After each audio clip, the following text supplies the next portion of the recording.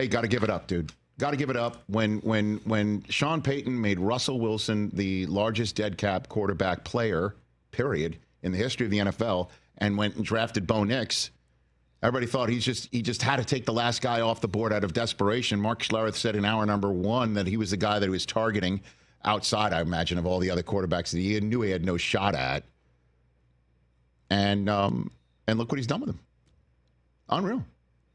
And Nix is throwing, he's thrown 5 interceptions in the last 2 games, and they've won both games. Because the defense is very opportunistic. I mean, yep. For sure. For sure. I mean, to convince Vance Joseph to say, you were fired here as the HC, how'd you like to be my DC? And then offensively, this kid, everyone's like, well, he's a Drew Brees comp. He's playing like a playoff quarterback. How about them apples, man? So, the kid is all right. And I'm wondering if we're going to start seeing, with the success of Purdy and the success of this fella, that you're going to see kids being drafted in the NFL higher because they've had 50 starts in college, 60 starts in college. Because they can come in and they've played enough. They can process maybe a little bit better, and they're certainly not going to get, spooked off of anything.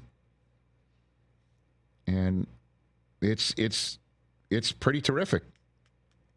Even though he is throwing a lot to the other team lately, but the Broncos are 9-5. Hit it. It speaks to our team. It speaks to what we've been able to do this year, what we've overcome, the adversity we've gone through, and in a game like today, we felt like down there for a while, especially the first half, and good teams respond on a day like today. I mean, good teams find ways to win, and playoffs teams find ways to win these close ones, and I felt like that's what we did. So it's a sign of a good football team, and we have that. We have a really good defense who played outstanding again today. They're going to continue to play well, and then special teams, they gave us a spark in the second half, and then offense, we finally did what we were supposed to do, and we finished some drives and got the ball in the end zone. So it's a team effort, but I feel like it's a good sign. Sign of a good team. It's a good sign that we're winning these close games, the tough ones that don't necessarily look pretty, but we're just finding ways to win. It was a close game. The final score, though, doesn't show it. Elias coughed this one up to NFL Network research. Second win in Broncos history in which they trailed entering the fourth and yet won by 18 or more points. Week 8, 2013 against Washington, trailed by 21-14 through 3 and then won 45-21.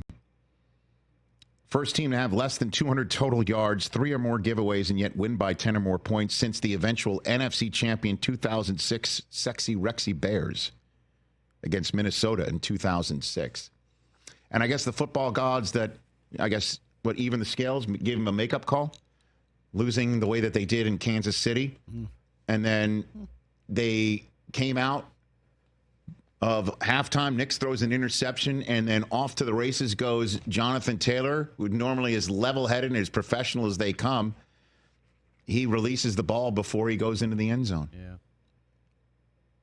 And instead of it being a 2-score deficit for Denver, that's the way they get the ball right back on a takeaway.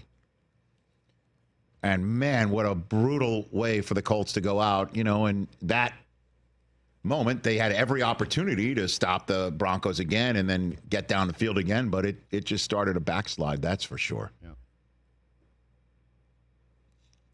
But the Denver Broncos are going to make the playoffs, gents. Bo Nix and Sean Payton's going to be back in the playoffs, and he's going to have a rookie quarterback doing it. And we're going to see 2 rookie quarterbacks in the playoffs, guys, because Jaden Daniels is going to make it too. Jaden's going to be the 7th seed. Broncos could, who the hell knows? Broncos could wind up the 5. Because the Ravens have got a game against Pittsburgh coming up, and then against the Texans. And then they finish up home against Cleveland, which would love to spit their last 2024 breath in their direction. Never know. Broncos, man. They're going to be a tough out. Can't wait to see it. You got to give it up. When they sent Russ packing and drafted a rookie quarterback, and they're like, who else is there to actually help other than Courtland Sutton? Yeah. Well, how about the defense and a bunch of other young stallions for the Broncos on offense? Got to give it up. Sean Payton should be in a finalist for Coach of the Year, too. Yeah, he's got the third best odds right now. There you go. Yeah. Catch the Rich Eisen Show every single day on the Roku Channel, 12 to 3 Eastern, for free.